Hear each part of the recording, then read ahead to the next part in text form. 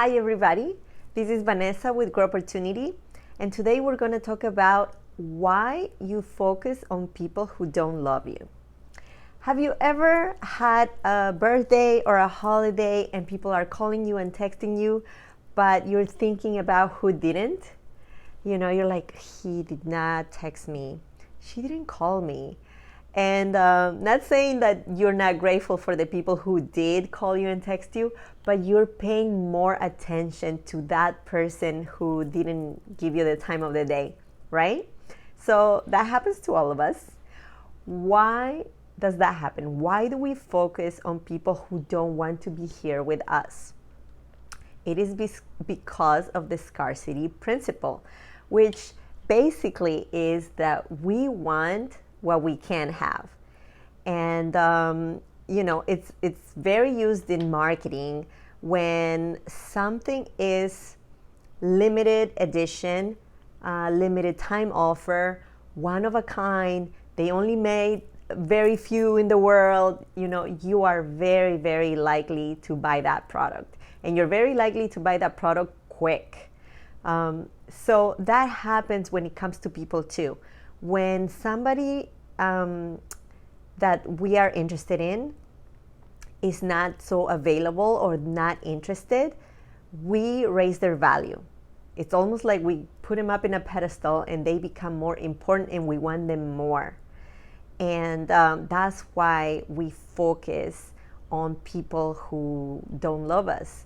The ones that do are here, they're there. Our parents, our siblings, our best friends, they're here. And unfortunately, we kind of sort of take them for granted. I mean, we just assume that they will always be there for us. But that other person, maybe an ex-boyfriend, girlfriend, spouse, an ex, or ex-best friend, somebody that was close to us, if they leave us, all of a sudden they become more special, more important, and we focus on them more. Another reason why we focus on them is because, as you know, your brain is like a computer and it has a search engine. And unfortunately, the search engine of our brain focuses on lack. It focuses on what's missing. How? Let me give you an example. Imagine that you buy a brand new car and you're driving around and you're super happy with your car and people are congratulating you and you're like, thank you. Now, whether you tell people or not, you're thinking about what are the features that you couldn't buy that are missing. I couldn't afford the camera. I couldn't afford the color that I wanted because the insurance is going to be more expensive. The car was more expensive in red and blah, blah, blah. So you start focusing on things that you don't have about the car, that you actually do love, but you start thinking about what's missing, what you lack. Another reason why people get a lot of plastic surgery, because they fix one thing and then they see another thing that is missing, and then they fix that and then they see another thing that's missing. So your brain is constantly focusing on what you don't have, what's missing, okay, which kind of really sucks because it really makes you waste a lot of energy unnecessarily, but that's how we function. So we have to learn to control what we focus on and who we focus on. I have my notes here today. I don't have my computer because I'm still writing the blog, so I have my notebook. Okay, so people leaving us. Why do people leave? When someone decides that they don't want to be part of your life anymore, there could be 1,000 reasons why, and you will never really know. Even when someone tells you, I'm leaving you because this, they're only telling you about 50% of the information, whether it's because they don't want to hurt your feelings, because they might be mad at you and they don't want to talk to you and don't want to tell you, or because they don't really know and they need to figure it out. So if they don't know, how are you gonna know? You shouldn't really, unless they were really, really toxic and really bad to you, you shouldn't really be mad or resentful to someone who doesn't want to be with you anymore, because we all do what is best for us with the information and experience that we have at the time. You do that, they do that, they did that, and if they needed to leave, there has to be a reason. But the reason is not necessarily your fault. Unless you really did something hurtful, it is not you.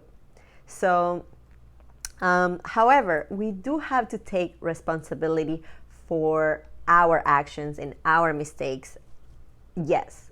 So if you analyze and have some self-awareness, you will recognize that you did something and you need to work on that. That will be the lesson. However, you don't need to punish yourself for someone leaving. It's part of life. People come and go. So, even if it's painful, we need to accept that.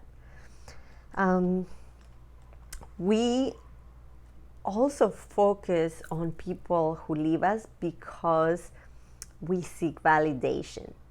And what does this mean? Everything in life is feedback.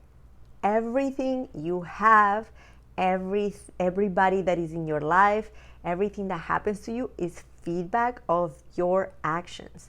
So when it comes to people, if somebody calls you or texts you or says thank you to you, that means you did something good, something kind. You did something that, made them feel better.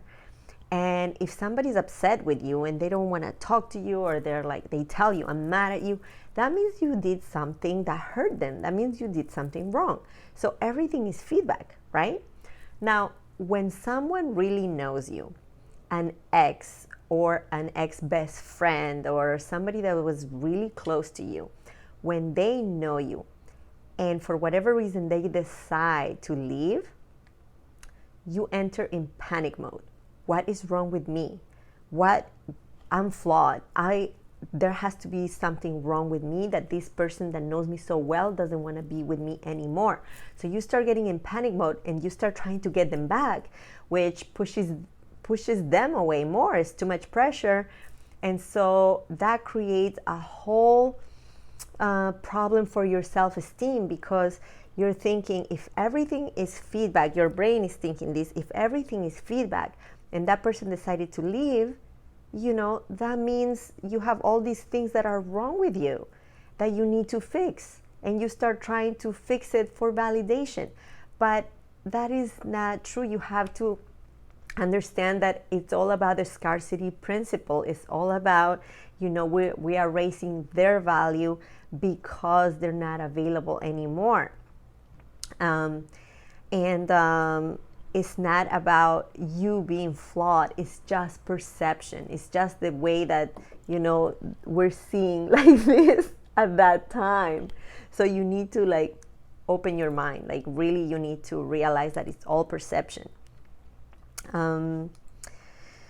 Now, let me give you 7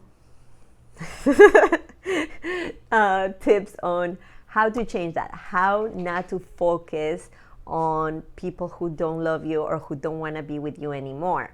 The very first step would be accepting that you lose what you don't need. Life brings things that you need for a reason and takes away things that you don't need also for a reason. Everybody will tell you, and you might hate this, especially when you're feeling really sad, everything happens for a reason. Everyone says that, but it is true. It is true. There is a lesson to learn. Some people grow apart and there's a reason. Sometimes even if we think we want that person, maybe we don't need that person anymore, or we need that person to leave in order for us to learn something, to become better, and for other things or other people to come into our lives. And at first we don't want to hear it because we're sad, but later on in life you will see and you will understand, and maybe you will even be grateful about it. So the very first thing is trust. Trust And God, the universe, source energy, whatever you want to call it, trust that it does happen for a reason and that you will be better than before or than now, okay? Step number 2, focus on yourself. Study, work on yourself. Personal development is the number one thing that we have to work on. Have a hobby, have a passion, work out, read books, spend time with friends and family, find your life purpose, pursue your happiness, but do it for yourself. Don't do it to seek validation from that person. So don't start dating new people and making new friends and working out and getting a new haircut and everything for that person or those people to see in social media or to find out through word of mouth. It's not about them, okay? Think about yourself. Focus on yourself and do it for the right reasons. So that's step number 2. Step number 3 is focus on the people that love you. So don't take them for granted. Focus on them now, tell them that you love them. Your parents, siblings, best friends. By talking about best friends, thank you, Jessie. I'm wearing the stuff you gave me. Focus on the people that support you, that want to see you smile, that want to see you thrive. When you see them as gifts and are grateful for them, it's gonna make huge changes, and you will eventually stop focusing on who you don't have. Okay. Step number 4, make your life so fun, whatever means fun for you, whatever moves you. Make your life so fun that you will be willing to walk away from somebody or let them walk away, and it won't matter. Make your life so great that it will never be about somebody else anymore. It will always be about you. So if someone wants to be part of your life, great. And if they don't want to be part of your life, they're going to be missing out, because your life is going to be so amazing and you're going to be so amazing that it's kind of like their loss. Not because you resent them, because it's true. Because, if they don't want to be part of it, they miss out. Okay? Step number 5, give. And I'm not talking about giving charity and money and donations. I mean, if you like to do that, of course. But what I mean is give yourself. Like, be open. Give your friends and family your time, your words of affirmation. Like, just give your knowledge. If you're learning something, if you know something, teach. Like, help someone in some way. Bring a smile to somebody. When you are generous at heart and you give, you will receive 10 times fold. Like, when you give something, I kid you not, every time I have ever given something or done something small for someone, there's always a friend or somebody who does a huge favor or gives me something completely unexpected. And it's so amazing because it just kind of happens out of the blue, because you do have to give without even expecting a thank you. Like, don't do things to receive. Just do things because it comes from your heart and it makes you happy, and you have no idea how fulfilling that will be. You won't need anybody else that is not available to you to fill your heart, because that will never, even if they ever come back, that will never be what fills your heart. The only thing that will do that is you giving. Okay, so be very, very generous at heart. That is step number 5 is huge. Step number 6 is gratitude. So when I talk to my coaching clients, I make them do, all of them, I make them do a little exercise every morning. And of course I do it myself. Every morning you have to list 5 things that you're grateful for. So you have to say, even if it's little things like, I am thankful today because I had an amazing breakfast and it was so good, it was so fresh. I'm thankful today because I had a chance to walk my dog because it had been raining for the last couple of days. So finally I could spend some quality time and take him for a good walk. It can be very simple things. It doesn't have to be like, oh, I'm thankful for these huge things. No, you can be thankful for your job.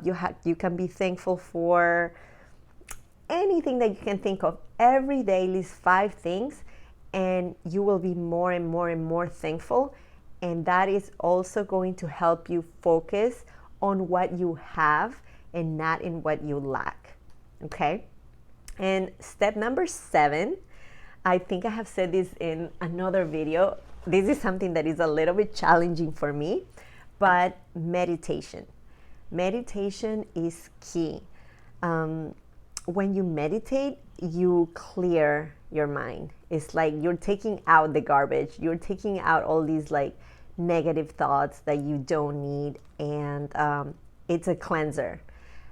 It's technically super easy because you really just have to like focus on your breathing, sit up, close your eyes, breathe in and out, and just try to be like very conscious of your body and focus on your breath. But I always start thinking, what do I have to do tomorrow? And wait, did I forget to do this? So meditating is really hard. If you want to use guided meditation, that helps a lot. But meditating is really big for helping you not focus on other people. And those are the 7 steps. That's it. I hope this helps you. I know, please forgive yourself if you keep thinking about that person tomorrow and after tomorrow. Don't be so hard on yourself. Remember that, guilt is never your friend.